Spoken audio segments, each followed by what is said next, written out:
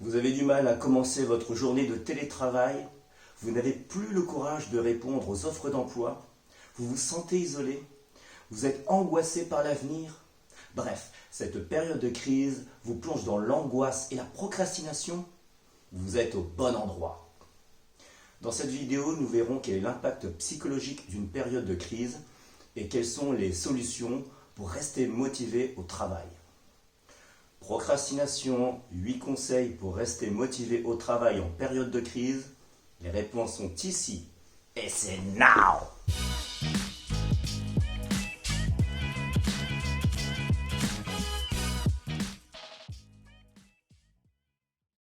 Bonjour à toutes et à tous, je suis Gérard Tienne, comédien, improvisateur, orateur et formateur en communication.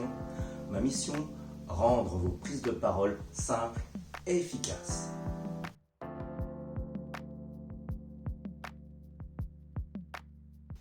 Aujourd'hui, la Covid-19 nous plonge dans une terrible crise sanitaire, économique et sociale. Et nous risquons fort d'en connaître d'autres. Alors, préparons-nous.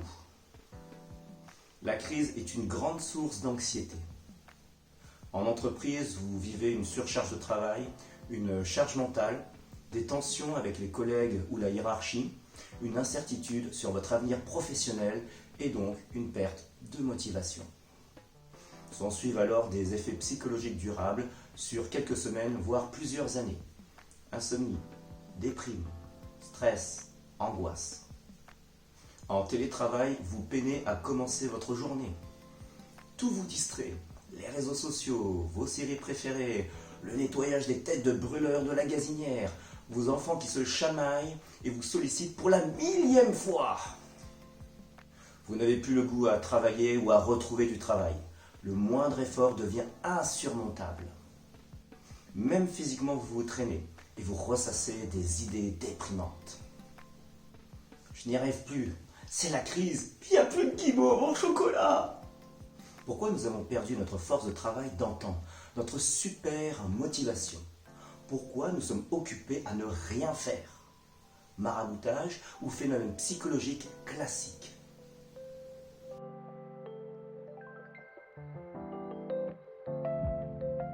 Cette période de crise due à la Covid-19 produit deux effets néfastes pour notre mental. L'incertitude et l'isolement.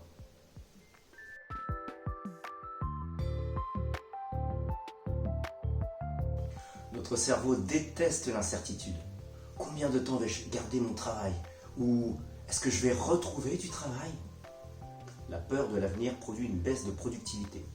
L'anxiété produit une sécrétion d'adrénaline et de noradrénaline à haute dose. Autant d'énergie en moins pour la zone logique de notre cerveau. Notre corps détourne son carburant pour soutenir sa réponse au stress. L'anxiété consomme notre batterie interne. On est à plat. Et en plus, on n'arrive plus à réfléchir.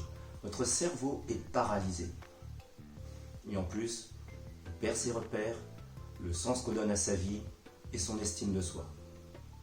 Quand on perd son travail, on perd aussi sa fonction et sa position dans la hiérarchie. On peut ressentir une perte d'identité. Toutes ces interrogations peuvent saper largement notre motivation à entreprendre quoi que ce soit.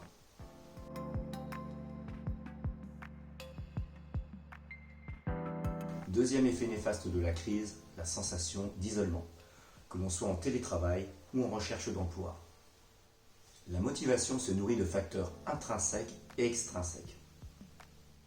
Les facteurs intrinsèques concernent la recherche d'une satisfaction personnelle, apprendre, nourrir sa curiosité, résoudre un problème, réussir quelque chose. Et les facteurs extrinsèques touchent notamment au désir de récompense, des compliments, une rémunération, une reconnaissance sociale, une émulation de groupe. Or, l'isolement nous prive de la présence des autres. On n'a plus d'incitation extérieure. Notre environnement maison nous stimule le mode procrastination. On ne passe plus à l'action. Petit à petit, notre estime de nous est impactée. La productivité aussi. Et le manque cruel de résultats nous pousse dans une lente descente aux enfers. Mais la déchéance, ça ne nous intéresse pas beaucoup. Alors, quelle solution s'offre à nous pour rebooster notre motivation?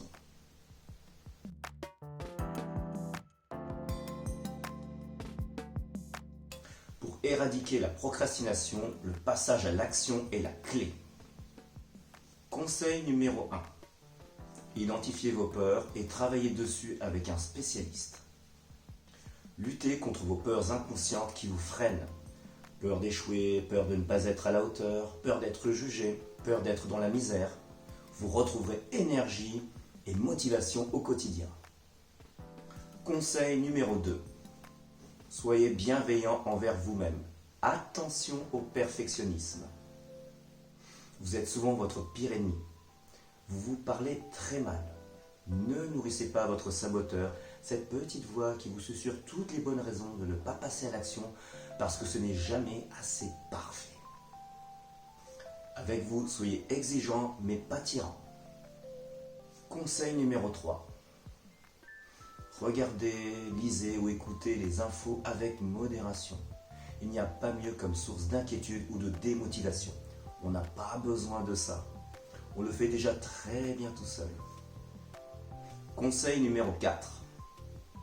Établissez votre routine journalière, vos rituels, vos habitudes positives adaptées à votre personnalité. Par exemple, se préparer un thé vert avant d'allumer son ordi et de commencer sa journée de télétravail. Ou alors porter une attention au triangle de la santé.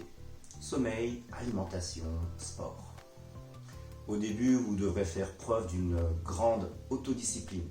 Ensuite, le pouvoir des habitudes vous apportera d'immenses résultats grâce au pouvoir de l'effet cumulé. Pour vous aider, je vous conseille de lire le livre de Hal Elrod, le Miracle Morning, et je ferai certainement une vidéo sur cet ouvrage. Conseil numéro 5. Ménagez-vous des pauses. Soyez à l'écoute de votre propre rythme. Sans céder aux distractions toutes les 30 secondes, sachez faire une pause quand vous sentez l'attention flancher. Ça rechargera votre concentration. Il faut faire un vrai break. Par exemple, une pause de 10 minutes. Ça peut faire l'affaire. Conseil numéro 6. Trouvez votre moteur. Apprenez à connaître votre pourquoi. Qu'est-ce qui donne un sens à votre vie? Qu'est-ce qui vous donne envie de vous dépasser? Qu'est-ce qui vous passionne? Quelles sont vos valeurs fondamentales? Qu'est-ce qui vous donne envie de vivre? Quel est votre pourquoi? Conseil numéro 7. Créez-vous des délais, des échéances. Créez-vous un sentiment d'urgence. Vous doperez votre productivité et vous améliorerez votre gestion du temps. Pour vous aider, découpez un grand projet en petites tâches. Simples, mais pas simplistes. Rappelez-vous qu'on monte une échelle à un barreau à la fois. Conseil numéro 8. Parlez à des personnes.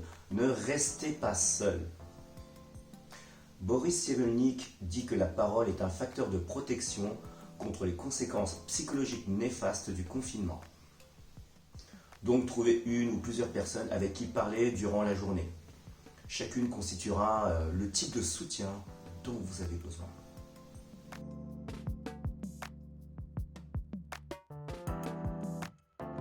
Voici maintenant le résumé de cette vidéo, 8 conseils pour rester motivé au travail en période de crise.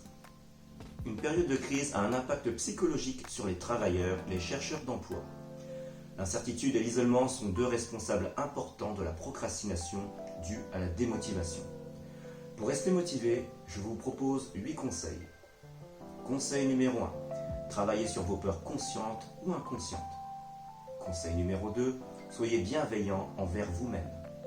Conseil numéro 3. Écoutez les actualités avec modération. Conseil numéro 4. Établissez votre routine journalière. Conseil numéro 5. Ménagez-vous des pauses. Conseil numéro 6. Trouvez votre moteur. Conseil numéro 7.